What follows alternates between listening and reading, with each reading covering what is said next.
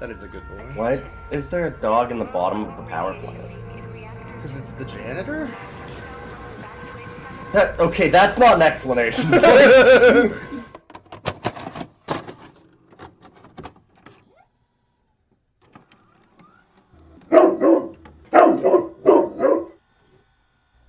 Alright, let's do the clap. Perfect. Okay, synced. That's good. Good syncing. So this is Rough Cuts. I'm Ilion, and this is co-host Boix.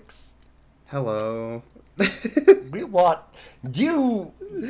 Can I blame this one on you? I think this one's your fault. You know what? I'll give you that one. Yeah, this one's mine. Because this one's kind of your fault. Yeah. I don't know what I expected from this film. It was like better and worse than I assumed. So, okay, we watched Atomic Dog, which is a made-for-TV movie made specifically for Sci-Fi in the late 90s. Which, boy, that already is quite a sentence, isn't it? Like, that's a great way to start out. You know that you're in for some shit when you mention that's what we're doing. Yeah. It is different than, like, the mid-2000s sci-fi made-for-TV movies, though. Like, you don't get the Sharknado bullshit. Instead, you get the boring 90s bullshit. I mean, well, Sharknado is made specifically to be bad. Yeah. Though. This one is somebody... This is before they thought to make shitty movies on purpose, you know? Yeah. This is a shitty movie purely on accident. So this movie is written by the writer for all 4 of the Revenge of the Nerd movies, as well as a co-writer for The Lion King. And I can see it. The reason that The Lion King ties in is because there's a lot of fucking dead animals that you grow attached to. God. There's a Mufasa scene every 20 minutes. There really is. If the final tally on dead dog scenes was at 7. Well, there's 7, but there's also like 4 fake outs. Right? Yeah, well, yeah. Then there's a couple of fake outs as well. But there's like 7 actual ones and like 2 or 3 fake ones. Yeah. There are 2 or 3 fake outs. So there's like 10 different scenes of like people crying over dead dogs. And it's like, God, they lay it on thick every time. Every time. They lay a lot like, of this is the thick. movie that you sit your kid down in front of Sci-Fi to watch this nice family film called Atomic Dog, and they will be crying and crying and crying every time that dog fucking dies. You had a review that said this was a family film. Yes! And I can't disagree because dog death is kind of just the thing for family film. Well, actually, wait, though. There is one problem with that, though. Oh, yeah. Right. I have an issue with it. There's a distinct lack of parental death. There is no single parent in this. It can't be a family film. They're wrong. Well, there's a single parent for about 3 minutes, and then the dad gets up anyway. So... yeah, we did. Yeah. They did have a fake-out dad death, also. Yeah. They got close. I thought they were going to go there. I really thought they were going to have that dad dead when the...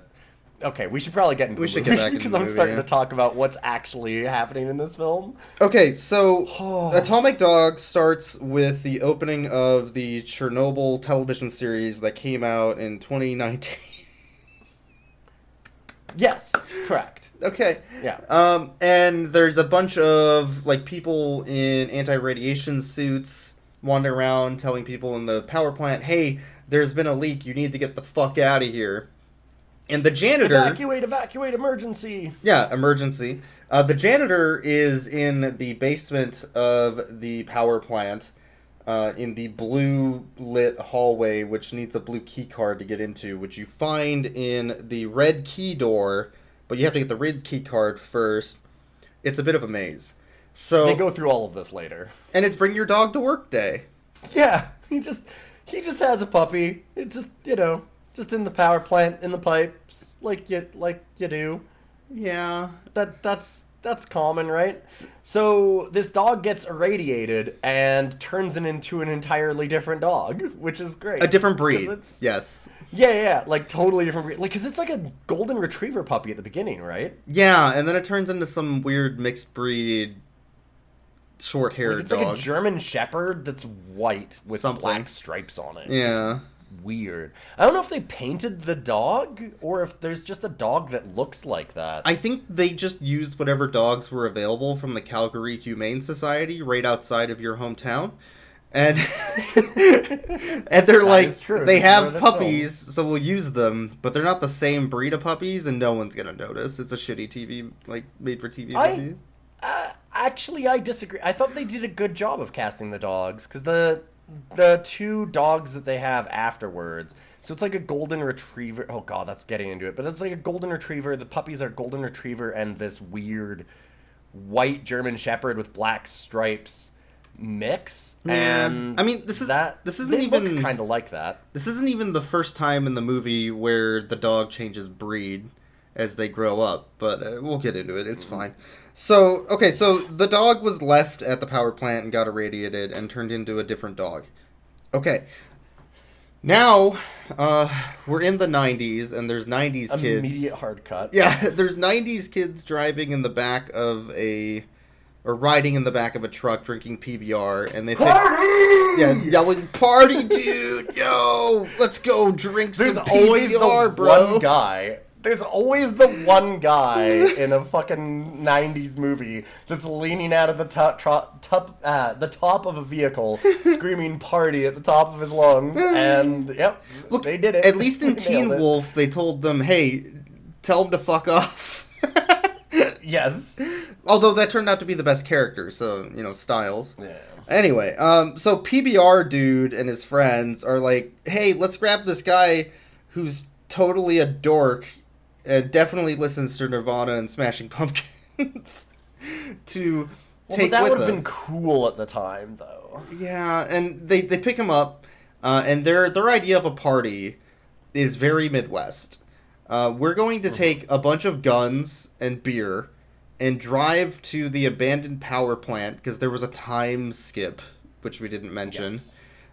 And we're going to go... Well, it doesn't show... This is where the time skip is. This is the only reason why you know it's a time skip, is because suddenly they're at the power plant and it's abandoned. It's abandoned and fenced off. And they're shooting at random lights and things at the power plant, and then a stray dog shows up. And their first thought, and this is also very Midwest, is, now that we're drunk with guns at an abandoned power plant, let's also shoot at that dog. Like, okay, whatever. And at least at this point, I think that they did a good job. So obviously, this boy, the one that there's kind of a ringleader who's going around and like, "Nah, like, what are you guys being wimps? Like, let's go shoot this dog. That's cool, right?"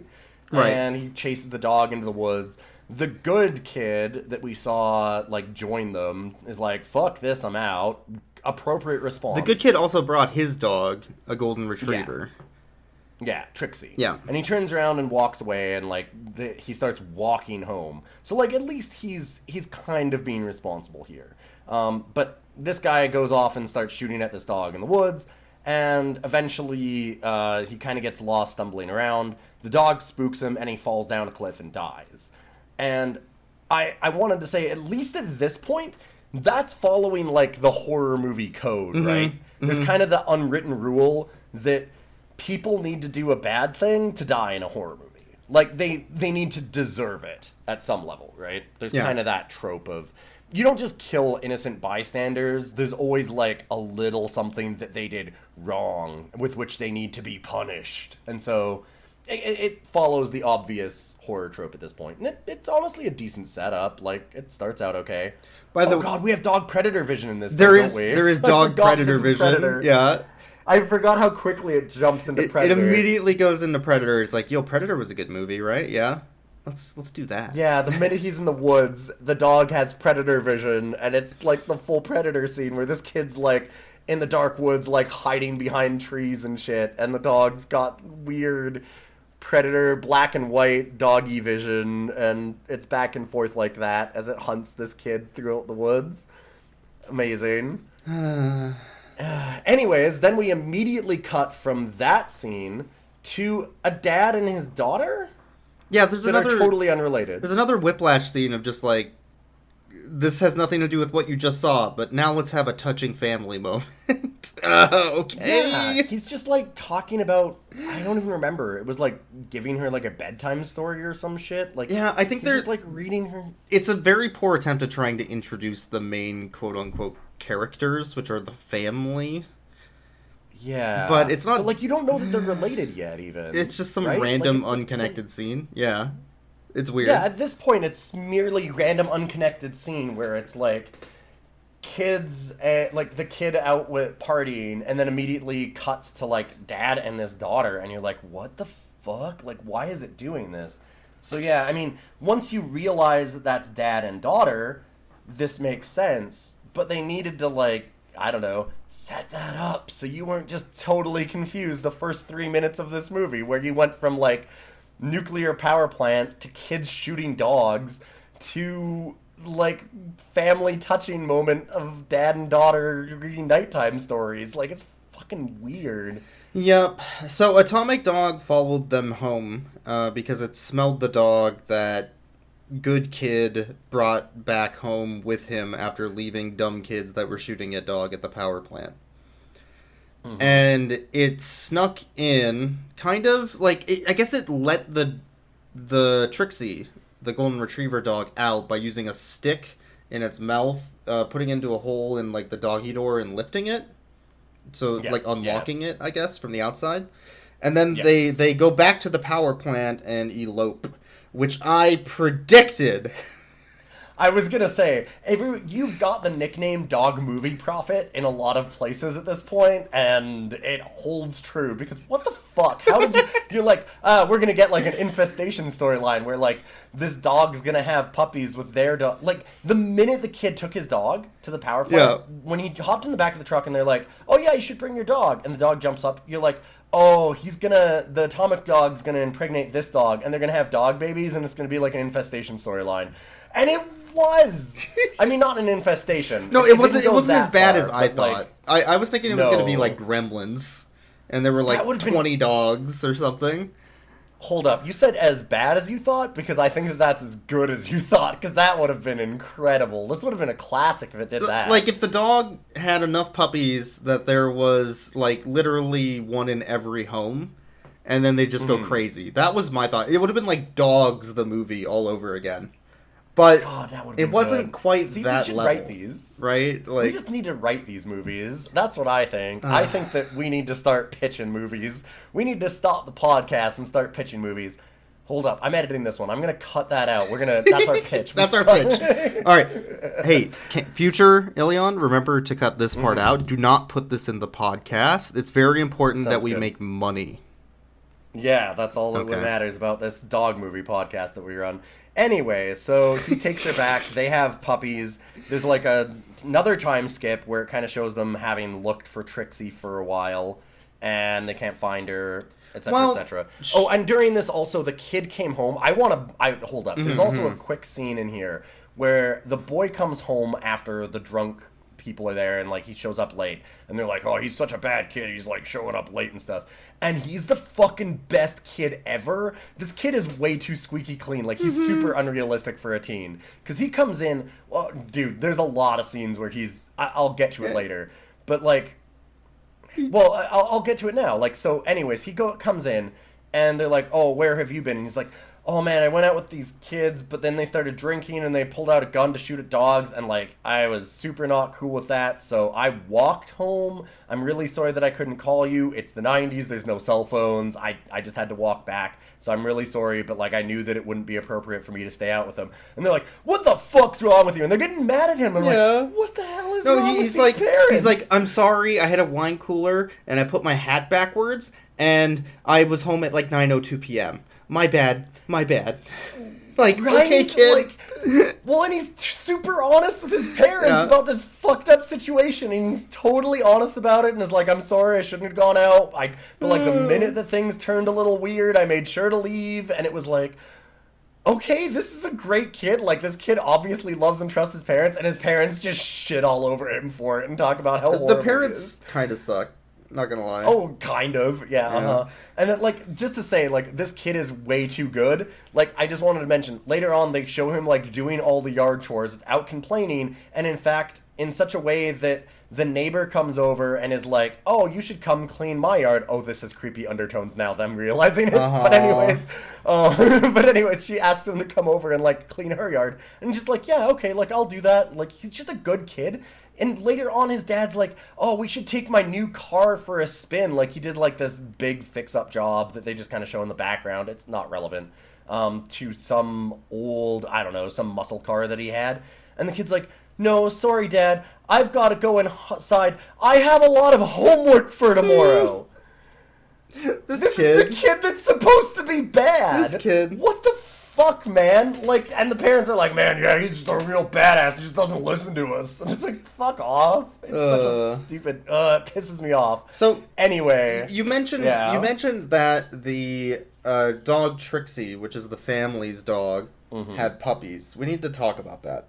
So the dog. Yeah. So Trixie was at the power plant with Atomic Dog, and was kind of bleeding, and then wandered out of the plant as, I guess, I don't remember if somebody was, like, entering the plant to inspect it. I think that's what it was, after a couple months. So, Trixie... Yeah, I don't know. I think... Trixie wanders back home and falls in the woods around their house, and the two kids are out playing basketball and notice the whimpering noise, go into the woods, find the dog, who now has two adorable puppies that are feeding on, like, being fed by the mother. And Trixie just fucking dies. No, I don't know. Please explain, please. Trixie just fucking dies. Just dies. Yeah. And then they have a sad moment. And then they show the dog dead. And then they bury it. And then they cry.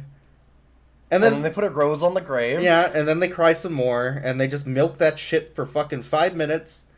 And then it hard cuts to happy puppies. With in between. It immediately hard cuts to the, like, so the daughter throws a rose on the grave and is, like, standing over it crying. And then the next scene, as it cuts, is them playing with two grown dogs. Well, okay, no, it's two puppies. And right. It hard cuts to them being grown dogs with an apparent time skip that doesn't exist. Yeah, you're right. And not only is it two dogs that are grown, but it's two completely different breeds of dogs. Yes. There's golden retriever puppies, and then there's, like, weird mutts that actually do a good job of kind of being between the golden retriever and the weird German shepherd. They're almost St. Bernard-esque. Yeah, it looks St. Bernard-ish. But... Okay, so, after that point, they meet their new neighbor, which is Rambo teacher. Well, she's not Rambo teacher yet. No, she's just... But yes, she will be Rambo weird, teacher. eccentric neighbor. Yeah, she comes over and, like, asks the kid to do her yard, and she's like, oh my god, like, I need your help. My house is, like, buried under all this garbage because I'm a garbage person. Because I'm terrible. I love trash. She's totally like that. It's just so super weird. And she's like, all right, thanks, bye, and then just speeds off in her truck. She also starts that conversation with saying, oh, what's your name, Josh? Oh, yeah. Short for Jothew. Yes. That's a good Bible name. Yeah. It shows you strong, like, that God loves you or something. I forget what she said exactly, like, loved by God or something. Okay. And he's like, okay, thanks, weird neighbor lady. I'll totally clean your house for you. Oh, yeah, and Josh. Short for Joshathy. Yeah. Great. Thanks, Teach.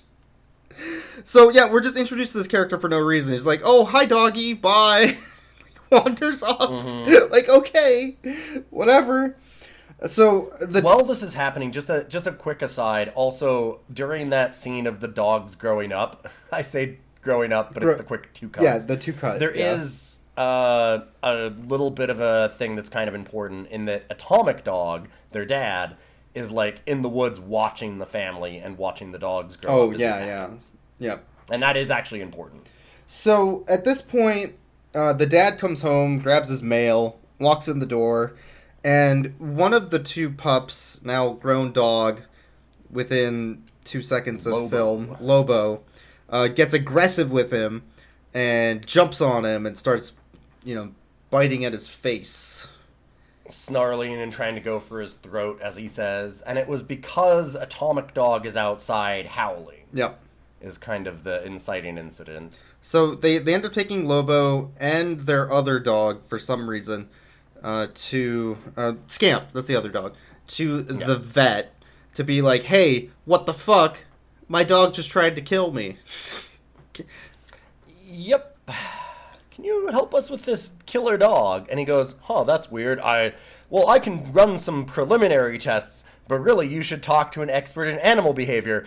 Like your neighbor, who I surreptitiously dropped on you 3 seconds before this, so that we could, plot convenience have this happen. There's so much convenient shit in this movie. There's a lot of... This movie is absolutely chock full of, they'll wander into an area that has exactly the thing that they need every single time. They'll always just trip over exactly the person or thing that they needed to propel the plot forward for no reason. It's plot contrivance. There's a literal created plot device in this film at some point. Yes. The dad is an inventor, and he literally invents the plot device at some point in the film, and it's fucking bullshit.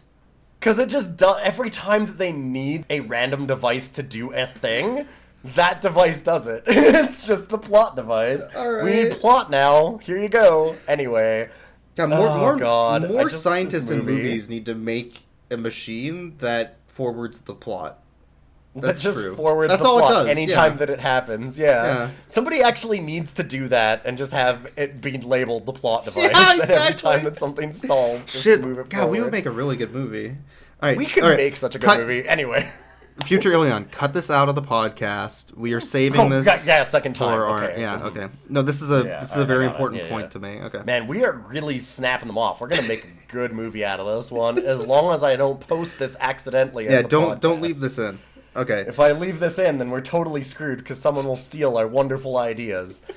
So, neighbor lady actually is Professor Lady. He goes over to her house. Well, she's got a weird, horrible puppy mill. There is something before that because is the death scene? Yeah, there's a death scene because. Sorry. God, what was the other dog's name again? It's Lobo and Scamp. Lobo. Okay, so Lobo is inside a cage at the vet. Atomic Dog has snuck into the vet building to make sure that his pups are safe. So as the vet is trying to get into the cage to look at Lobo and see what's wrong, maybe anesthesize him or whatever. Anesthesia? I don't know. Anesthesia, with science stuff. You anesthesize him. You give him science stuff. I know all about the anesthesizing them. Give him science stuff. Sometimes you have to anesthesize them and make them high. Yeah. I get it. Yeah. He's giving him weed. So. Yeah, he's injecting some weed into his hindquarters to calm him down. All right, I need a public service announcement. Do not inject yourself with weed. I'm going to put that out. Do not do that. That is not okay. So the vet is doing this. He grabs his, what are those called? Animal handler sticks? The thing that wraps around the neck that you pull on, because the dog's being aggressive, so he's trying to handle it. And then Atomic Dog sees this and oh, hell no, motherfucker. You don't fuck with my kid. And fucking kills him. And just murders him right there. So, funny thing about that is this is where the movie started to really lose me. I mean, it was starting to losing me already, but this part, again, there's kind of the cardinal rule of horror movies that they have to do something wrong. This vet didn't do shit. This vet's just trying to do, tests and stuff and be nice to the dog. He's not mean to the dog. Eventually, they kind of try and portray it as he's being mean because he's using the dog handling thing, but it's the dog was attacking him. He just needed to hold the dog still so he could, put the needle in him. And he even goes, don't worry, this will just be a sharp little thing. It's okay, buddy. And he tries to calm him down. He's trying to be a good vet. There's nothing wrong with that. Anyway, then Lobo is gone. But this was, by the way, Atomic Dog, shitty dad. Yeah, he could have taken his dogs when they were pups, But, like, man, this is the deadbeat dad story. So, he breaks Lobo free and steals him from the vet office, but leaves Scamp there. Scamp's still just in a fucking cage in the background the whole time. This is a crime scene now. If there's one thing you take away from this podcast, is that we will stand up for for kids that go through shitty dad situations like this with Atomic Dog. We will shame the shit out of that dog. Yeah. Fuck that dog. This dog's a shitty dog.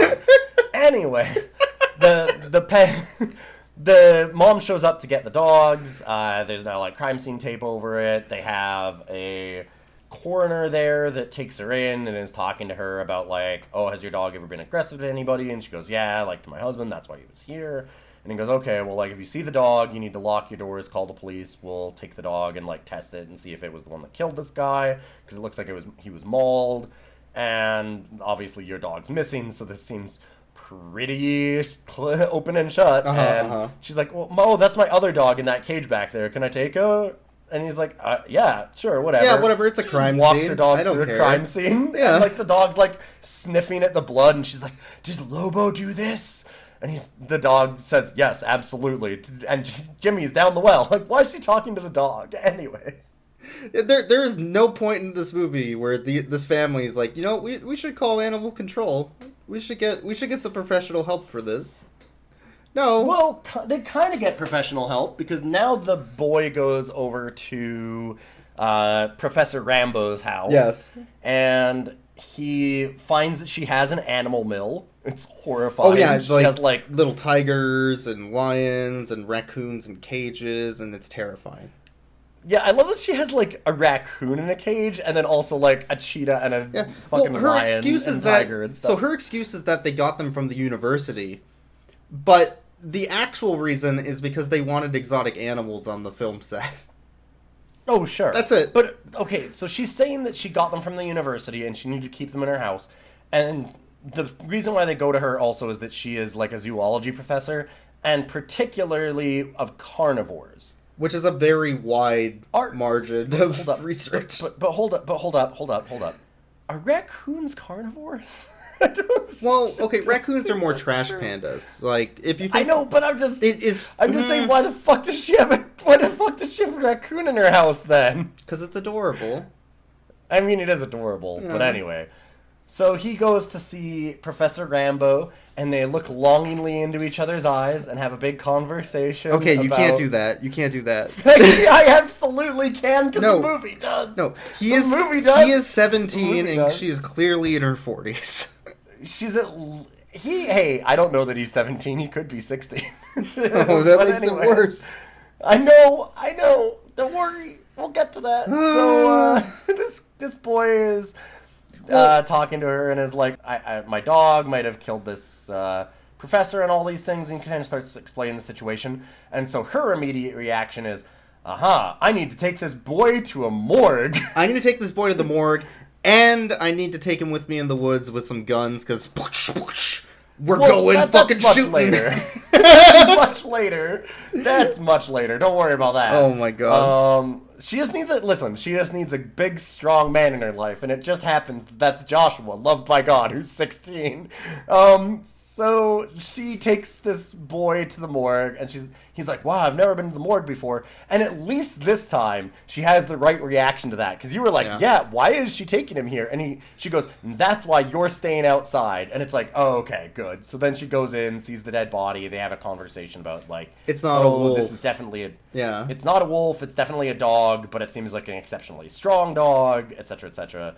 Then she leaves, and she's like, okay, well, where's your dog? Like, what happened with it? And she's trying to kind of suss out what's going on. Like, do they immediately go to the woods after this? Yes. So this is fucking weird, because Professor Rambo is fucking packing heat. And not just one gun, not two guns, not three guns. She has, like, a whole fucking cabinet of guns. Like, okay, lady. That she takes all of them with her. And trank guns and fucking pistols and... She's got everything. Holy shit. Like, she reminds me of, God, what's that character's name in Tremors? Fuck. Oh, God, I can't remember. You know what I mean? But like, I know what there's the couple that just has a basement of guns. Like it's them. Yes. Yeah. She's like a weird prepper professor. Yeah, like she's There's definitely Professor prepping. Rambo. She's prepping for the end of the world, and also she likes, tiger cubs, and oh god, she's a predator in her own way. So Yeah. I hate it. But okay, so she takes them into the woods to go find Atomic Dog, and instead they run into Lobo, who tries to kill. I don't even remember the kid's name, but Well, no, it tries to kill the professor first. So it charges at the professor. Yeah. She shoots a tranquilizer at him, misses, and then drops it. And she just drops the loaded gun. First, she drops the loaded shotgun, and then she tries to fire the tranquilizer at them because she's got too many guns on her to hold them all. And so then, when she misses the tranq gun, she drops that gun and picks up the shotgun.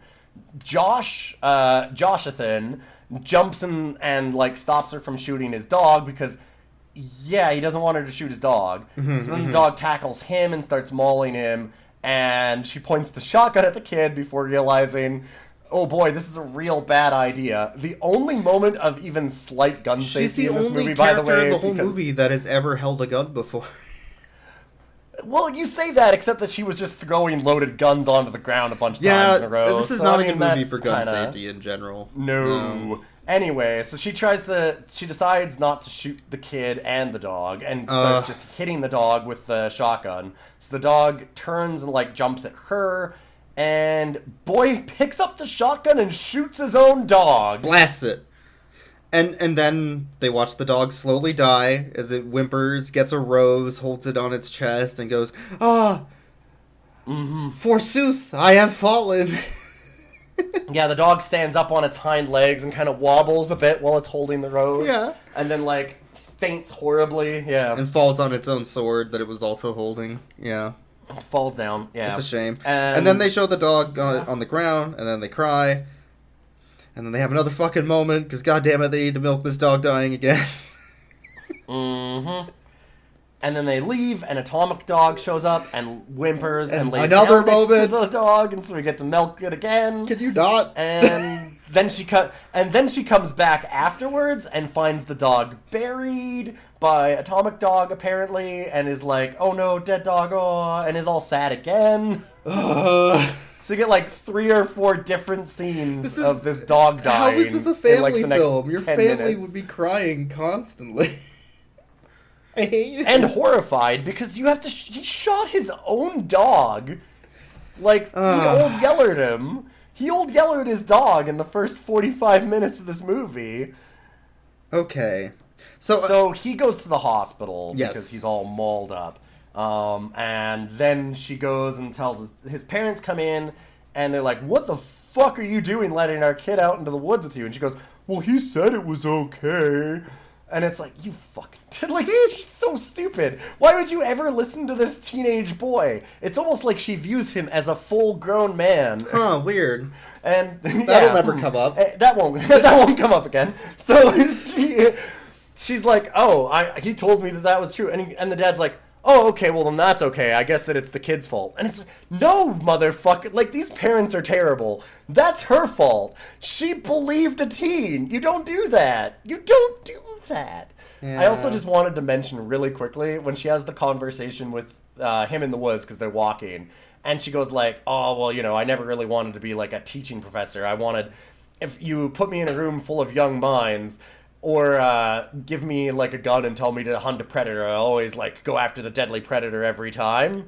Yeah. And I wanted to be like, she's actually just banned from seeing young minds for reasons that will be explained. Yeah, what the fuck? So anyway, he's in the hospital. She's explaining to Dad that, by the way, we also killed your dog. And then Mom shows up and they kind of have the same conversation again. They really talk about their dogs dying a lot in this movie. It keeps so happening. much. So This movie has more dog death by a long shot than any other movie we've seen, right? Like, not even close. Oh, for sure. Well, specifically dogs that we know the name of and are growing attached to. Yes. That too, yeah. So, okay, at that point, Dad and his daughter, Heather, go into the woods, with their dog. Scamp? Scamp. Okay. Scamp. Okay, I don't get this. I couldn't remember the name of the daughter, and I was like, wow, you just pulled Heather right out there. I remember that? Because, like, I didn't remember that. And then you're forgetting the name of the dogs. Do you know what our podcast is about, motherfucker? Look, I wrote the name down. That's the only reason I know. So, they walk into the woods for absolutely no reason. And then Scamp goes running off. And then Heather goes running off. And then the dad's, like, casually walking through the woods, be like, no, don't go. No, don't go. Stop running. Oh, no. What happened? What will I do if I lose my other dog and my daughter? Oh, hey, slow down. I'm walking here. I'm walking he here. He casually strolls after them as he's like, oh, don't run off. And they run into Atomic Dog in the middle of the woods, who's like, I have you now. I have the high ground. It's over. Yeah, he's up on a big tree stumps, like, snarling at her. And she goes, oh, no, he likes me. And no, like, you dumb kid. No, that dog's gonna kill you. You idiot. What's better is I do love that they really nail Midwest mom and dad in this in a lot of ways. Because, oh my god, the dad comes up, sees this scene, and runs over, and instead of, like, just being like, okay, now slowly back away, he takes the walking stick that he had and starts poking at the dog. Yeah, let's poke the bear. Fucking idiot. It's like, let's just poke this dog. Hold up, this dog's murdered a few people. I'm just gonna poke it. So he just starts poking at the dog. And the dog, of course, is just getting angrier. So their solution is to use the plot device that he made in the previous scene to play a dog whistle sound that scares the dog away. Yeah, he's got like a digital watch, essentially, that he, like, it's a done-up, like, digital watch or something like that, and he presses buttons on it, and it just does anything that's necessary for that exact moment. Sure. This one, it happens to be a dog whistle. At this point, Atomic Dog follows them back to their home, as they are starting to board it up and, like, set up, defensive precautions against Atomic Dog. And no, not yet. Is not it? yet? Because that's after he breaks in that they do that. Oh, because he broke in through the window. Right, yeah, right. He breaks in. They don't know how, but yeah, he breaks in through like an upstairs window, and they decide to board things up. That's way later in the movie. So he breaks in through the window. He, as I guess Heather is sleeping, I guess he rips up, like, a pillow on the parents' bed, pees on it. Like, yeah, because he hates Dad. They kind of show him, like, they show him seeing a photo of the dad, because, like, the dad was dumb and poked him with a stick. Yeah. And so he, like, snarls at it, and then he goes and rips their bed up, and he goes and sees the daughter and stays in her room and is, like, staring at her kind of thing, because there's apparently, she's like, no, he likes me. Because the dog's apparently fixated on her. Yeah. And the mom eventually goes upstairs after hearing some noise, even though she was listening to her amazing 90s music of Sugar Ray on her headphones. Yes. And the Sugar Ray was not powerful enough to hide the noises of Atomic Dog, unfortunately. So she goes upstairs. There's like a fake scare. Yeah, you need to have the Smashing Pumpkins or something to really drown it out. Something needs to drown it out, but not Sugar Ray. No. No, you can't have sugar. No. Sugar Ray doesn't do that. So she goes upstairs. There's a fake out of the dog being in the closet, but it's not, because, haha, the dog was in the hallway the whole time. Fuck you, I got you quartered now, bitch. Like, okay. Yeah. And she grabs, like, a small baton? Yeah, or something, it's like a starts, marching like, baton or something. Again. Yeah. And just starts poking at it, like, go away! I have a stick! I'll get you! Yeah, and Dad and Josh come home at this time. Joshathan. Josh goes in. Josh Naniel. Josh Naniel, yeah. With Dad, and they, scare this Atomic Dog off. They chase it away with, like, sticks and stuff and get it out of the house. It runs and jumps through a window and shattering glass. We get like the scene where the bad guy jumps through the window in this movie. Like, what? Yep. Why? Oh no. Okay, and then after that, we get another scene where Jathaniel Jatholomew goes to Professor Rambo's house. Yes. And they're like, okay, I think that dog might be my other dog, Scamp's father, and we need to go kill it. And this is where creepy Professor Rambo starts hitting on Josh really badly. It's gross. Yep. It's fucking gross. Thanks.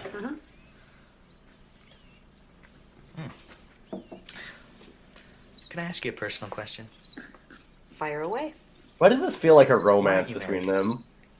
Ew. Yeah. The minute I say that. Ew. Question. Why would you say that? But because the I movie guess feels like I that. have been married to my work, and Ew. because I haven't found the right guy yet. Oh, Yes, no, I'm you're not right, saying though. it's good. What time is that? He would have to be a lot like you. Oh no! Oh, ew. Oh, it's worse than I imagined. Ooh, no, You saved my movie. life. He kind of, oh god, they do this whole thing where he's like, so like, how's your life? Are you married? And I go, oh dude, this is where their budding romance finally comes to fruition. You always get to be called dog movie prophet. Now it's my turn, baby. Because I'm like, oh, this is where their budding romance comes to fruition. And 2 seconds later, I was right, and I didn't want to be. No, I She's hated like, it. oh, well, I'm not married. And he's like, oh, well, why not? And she goes, well, I've never had like a big, strong man in my life, somebody who can keep up with me. I guess that I've just been waiting my whole life for someone like you, Joshathan. I probably will save myself until I find a strong man that's like you, Jathaniel. Not a fan of this scene. Yeah, it's real gross. It sucks ass. And then she like leans in and kisses him on the forehead. No, that doesn't. Well, no, that does happen. Oh, That does happen. That does happen. I'm not goofing. I'm not goofing. You blocked it, but that happens, my friend. I don't wanna, My dude. I don't want to remember that. There is indeed a less than platonic kiss between Professor Rambo and Gross. young boy. Let's go by that moment. Let's not talk about that anymore. So, okay. She was such a good character until this happened. Like, we actually liked her because she's kind of a weird badass in a way. But then she just starts Professor Rambo really has macking on the 16-year-old. one small flaw, and you'll be very upset when you find out what it is. One minor flaw. Professor Rambo is literally a milkshake duck. Oh, I hate it. yeah. Okay. Now at this point, Atomic Dog goes back to the family's home as they're boarding everything up, and tricks Scamp into going into the garage and locks Scamp in, so that he can trick the daughter to come outside and abduct her. Yes. Just a really quick aside, because we keep on talking about how there's a lot of things that happen that are just plot convenience. Yeah. This is a good example of that in this scene. Like, we're skipping over a lot of them because we can't go into every minutia, but there is a rope tied around the handle of the doorknob. Yes. In the garage. For no reason. And that's how the dog closes it. And it's like, what is that doing there?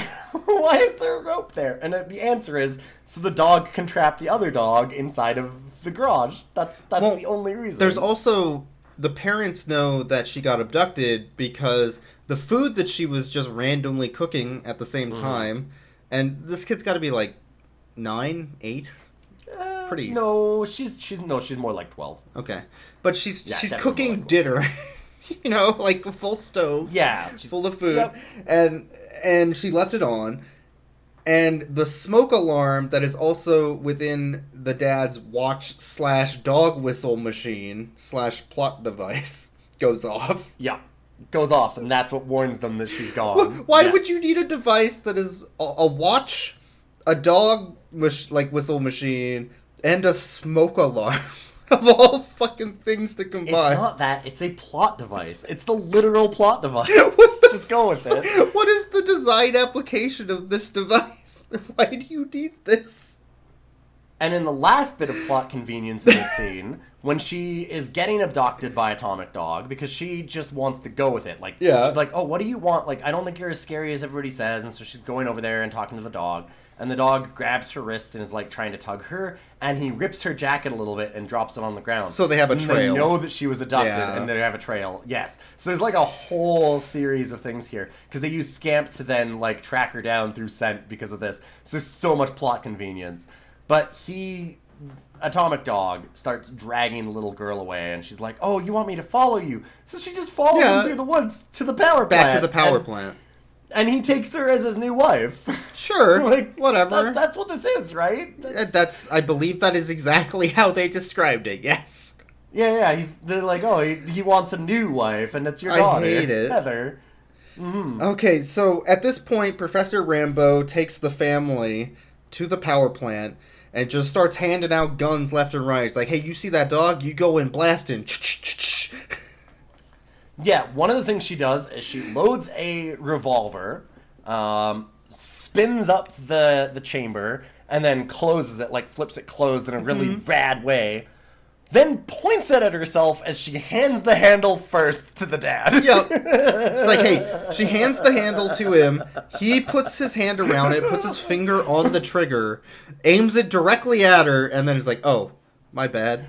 Like, he does not say my bad. No, he just takes it. He just takes it. He's like, I have a gun now. Yeah. Yeah. Okay, so the mom has a shotgun. She has a fucking rifle, Professor Rambo. Yeah. The dad has a revolver, and the son's a fucking idiot. The son's armed with ignorance. So they go and Scamp. He's got Scamp. Oh, he's got with Scamp. him. So they all go into the power plant after splitting the party. The two people that have the rifles and shotguns, and the dad with the pistol and kid and dog. Yeah, they all show up at the power plant in the truck, but they stop outside. She gives them guns. I just want to set this whole scene because it's fucking wild to me. So she gives out the guns, and she goes, okay, like, we're going to go in. Then Mom and her get back in the truck. Dad and kid leave with the dog. She rams the truck through the gates of this thing, like, of the power plant to get in, and the other people, like, dig underneath the fence to get in. And I'm like, this seems entirely unnecessary to do all of this. Like, what? Why would they break in two different ways in two different groups? Well, the first thing all armed. The first thing you need to know about playing a role-playing game is that you always split the party. Well, also, I love that they all have guns, that they're wildly swiveling around. Oh, yeah. And so they've got to make sure that they're in separate groups, so that when they start blasting, they're going to hit each other they rather have than anything no else. trigger safety. They're holding the guns usually aimed at each other. and the first reaction they have to everything is, oh shit, blam, blam, blam, blam, blam. Yeah, because, like, when they go inside the power plant is actually when the Professor Rambo gives Mom the shotgun. And the minute she gives Mom the shotgun... She should not have a gun. No, this mom is the worst for trigger discipline out of all of them. Like, every time that she whips around, she just whips with the gun first. Oh, no. But anyway, so she gives the gun to the mom, and she goes, okay, like, you just stay here. I need you to be safe because I almost got your son killed, and I don't want you to get hurt.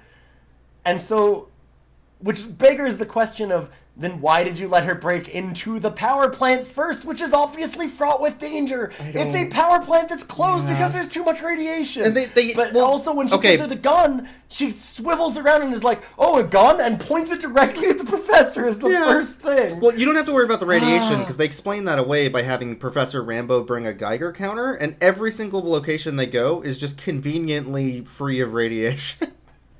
Oh yeah, no, it's so it's fine. Enough. This is fine. It's fine. Whatever. So the radiation thing was pointless. Who gives a shit? Okay, so like, why did they close this plant down when it's totally fine? I don't know. So Professor Rambo goes off on her own, runs into Atomic Dog. She goes in blasting and misses, and then trips after running away. No, she doesn't miss. She doesn't miss. This is important. Oh, she hits him with the doesn't trank. miss. Yeah, no, you're right. She hits him with the trank, and what does he do? He just pulls it out. He leans back and pulls it out. And she's It's like, oh, great. shit. And then she goes, oh, that's not good. It fucking rules. And then Such the a dog goes... stupid scene. Yeah, the dog goes chasing after her. She trips on a chain and drops her gun into a vat of radiation water, I guess. Yeah. And then Atomic Dog goes running after her. She tries to climb a ladder. The dog grabs her leg and rips it apart a bit. And then she gets away. Okay. Yeah, it rips her leg apart a bit. And then in the next scene that we see her, she's wrapping her injured arm. Yep, there's continuity on her arm, which got damaged. What? Yeah. Okay, whatever. So the dad and the kid are now walking around on the other side of the power plant, completely in the opposite direction of Atomic Dog. Full of a room full of like barrels and pipes and shit. And they're with Scamp. And I think Scamp just like runs off at some point. Yeah, Scamp runs ahead. It gets a... Oh, no, it's after... Isn't it right after the trap scene? It's after the trap. Maybe. Okay. I think that's why it gets away. So Atomic yeah. Dog has set up a trap for these two idiots who are wandering around, the dad and the son.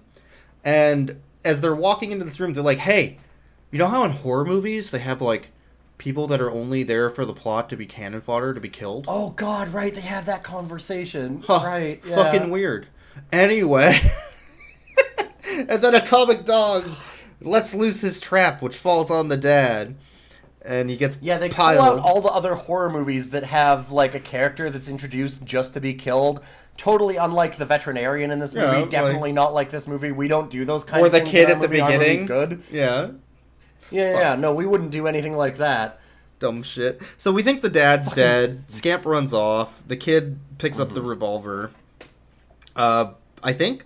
But No, he doesn't. No. okay, he just so picks up so the axe. Scamp and Atomic Dog have a battle for the ages, and Scamp loses.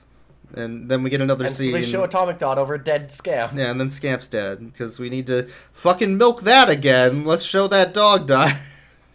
God damn it. Yup. But that's okay because the dad was fine. He's not dead at all. In fact, he doesn't even have a bruise. There's nothing. He's not dead. He's back from the dead. Totally fine being hit by, like, 6 metal barrels from 30 feet up. Whatever. Anyways. So then they kind of meet up with Mom. Yeah. And Mom, of course, swivels around and points the shotgun at them And starts immediately. blasting. Blam, blam, blam, blam. Oh, shit, They that's dodge you. out of the way of all the My bullets, bad. and then they're like, oh, okay, yeah. Jesus Christ. Hit who the gave you a floor! gun? Hit the floor! Mom's got a gun! Oh, Beans, I'm so sorry. I didn't mean to shoot you in the leg 4 times.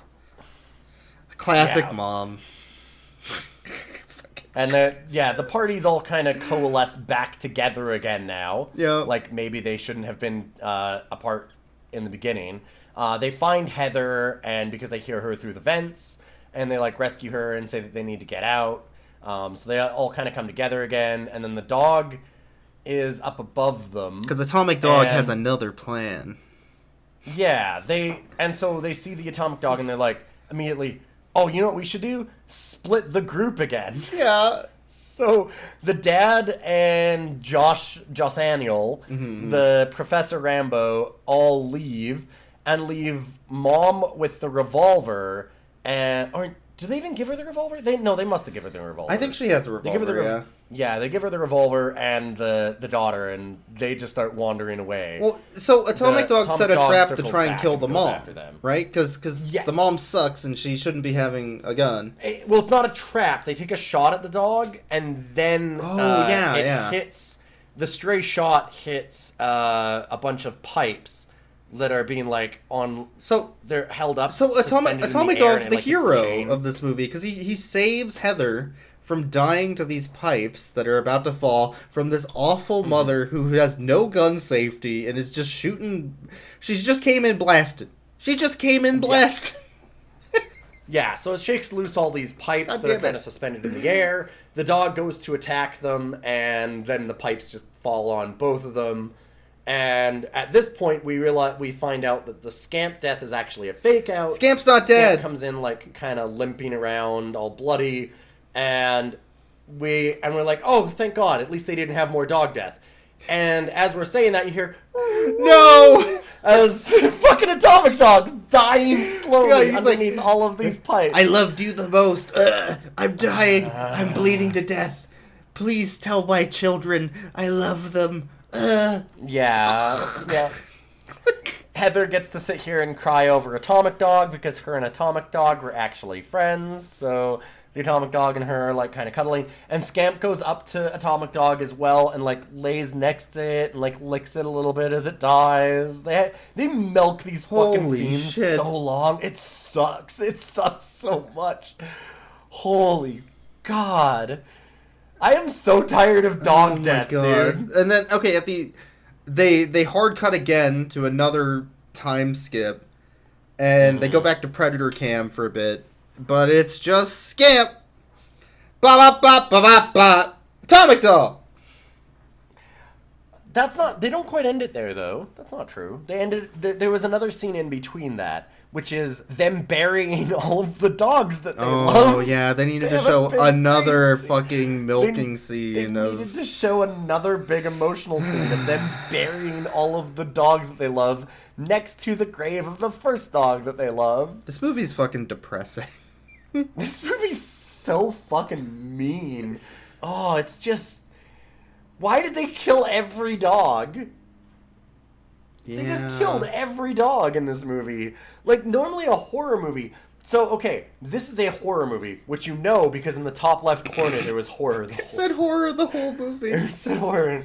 I think that it's because they had to Is that a label it for reminder? TV for, No. like, the 90s. I think Yeah. that's a reminder to the audience to be like, hey, this is actually be a horror scared. movie. You need to be scared right now. I realize we're not doing anything scary, but you need to be scared.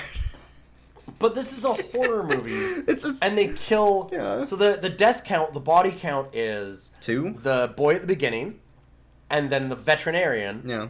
and then 3 different dogs! Well, there's also the fake out on the 4th dog. I know, So- but like, what the... Why are Yeah. there more dog deaths than people deaths in their horror film? The real horror is man. That's why. Okay, people always say that you're the dog movie prophet because you talk about all the times that you're right, but you were wrong about that part because you were like, oh, there's going to be like some moralizing on environmentalism or some shit about I because thought of the this nuclear movie power was plant. gonna get And I went, preachy. no. And I was like, no, man, this movie's not smart enough to do that. And I was right. This movie wasn't Instead of nearly getting smart enough to preachy, do that. it just got really sad. It got sad a lot. I don't know yeah. why. Yeah. So I guess that's Atomic They didn't Dog, either. huh? Like That's Atomic this Dog. movie can be summed up in we're in the woods a lot. That's the movie. Because it's free. It's free to very shoot easy there. and free to shoot in the woods. Did you know it's free to shoot in the woods? You can shoot in the woods for free.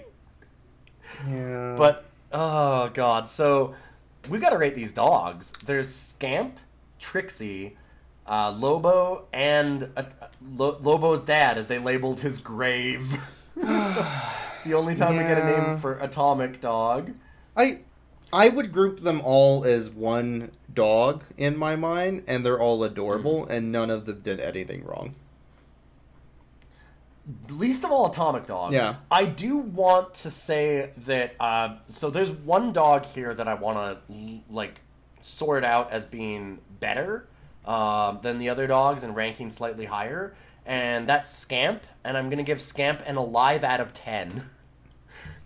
You know what? Scamp Scamp gets a Scamp survivor gets a higher perk rating. in an MMO Yes. out of 10. Yeah. Yeah. Scamp is what would be in a future movie a tough Rambo-ish character with a tragic backstory coming for revenge. Oh, yeah, Scamp is the Sarah Connor in the Terminator 2 of this movie. When there's a second... When Atomic Dog 2 comes out, and the dog resurrects from the dead and comes back, and they have to, like, break Scamp out of a psychiatric facility. Yeah, it breaks out of a Scamp's just psychiatric turned into a facility, badass. stands up on 2 legs, puts a bandana on, grabs an LMG, and goes... coming for him. Yeah. Blam, blam, blam, blam, blam. That's Scamp in Atomic Dog 2. After Scamp's whole family got murdered by all these people. Yes. The real horror movie is that all of these people murdered Scamp's entire family. Yeah, I guess, so Heather killed Atomic Dog by being under the pipes. Josh Shaniel the third killed Lobo. With a shotgun. And, well, I guess they didn't kill Trixie. No, they didn't bring Trixie to a vet. She could have been fine. They didn't check in on her. Yeah, okay, we need to I want to bring that up for just a half second. Trixie's death is fucking wild because she gives birth to these puppies. They go over there and they're like, "Oh, look, Trixie's back and she's got puppies." And then she's like looking at them and they're like, "Oh, look at Trixie." And then she closes her eyes and they go, "Oh no, Trixie's dead." And then they bury her. None of these kids that like, "Oh, like let's get a vet." Like, "Mom, Dad, oh my God." Like Trixie's that was a dying." negligence death. Yeah. It is. Yeah. A half second from like Trixie's alive having puppies to Trixie's fucking dead, and there's no in between, and the kids don't even bother to try and revive her. It's And you know what? I'm also upset about one other thing. They didn't even play the song Atomic Dog. They did not play George Clinton's Atomic Dog, which is Not even once. a fucking crime. Not even once. So I think we need to be the ones to do that. We need to be the ones to fill in that gap that this movie did not fill. We need to. Okay, here let's get the lyrics to Atomic Dog. Time to do some karaoke. Oh shit! You ready, boys? Here. I'm giving you the lyrics. You're the one that's good at this. So here you go. Let me just. I'm just gonna send these right over to you. That's good enough. That's most of the song. Yeah, right, this is the story of a famous dog. But the dog that chases its tail will be dizzy. These are clapping dogs, rhythmic dogs, harmonic dogs, house dogs, street dogs. Dog of the world unite. Yeah, this Dancing is my jam. dogs. Go, yeah, counting dogs. You got it. Funky dogs. Nasty dogs. Atomic Dog. Snoop Dogg. Giving you a little backbeat. Snoop Dogg. That's the whole song. I'm not playing the rest of it. Bow wow wow yippee yo yippee yay. So thanks for watching Rough Cuts. That's Atomic Dog. Don't watch Atomic Dog. No, listen to the song instead. It's way better and far shorter. Unless you're some kind of weird dog death pervert, then don't watch Atomic Dog, because, man... I hope they caught that Predator in this movie, too. That Professor fucking Rambo needs to go. That's the only Predator they didn't catch. Is it Professor Rambo? She's still on the loose today. They say that she still roams the hills of Wisconsin. But thank you for listening to Atomic Dog and to Rough Cuts. If you have suggestions for movies or anything, you can hit us up on Twitter. We're at RoughCutsCast or at roughcutscast@gmail.com, and you can send us some messages there. We really appreciate all the people that have been like sharing this out and everything, whether you're following us on Twitter or whether you're just like rating us on iTunes. Those are all really important. They mean a lot to us. We've gotten like a few pieces of fan mail a couple times, which have been great. And it just really means a lot to us to have that. So thank you very much for supporting us in the ways that you can. We're almost at 5,000 downloads, so it's pretty wild. We've been doing this for about a year, and you guys have given us a lot of support, so appreciate it a lot.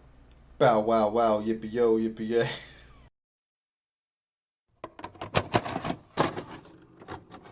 Credits, really. Was it? What? Uninformed cop. Oh, uniformed cop. Phew. Oh, Forks. Jesus Christ. I read that one wrong.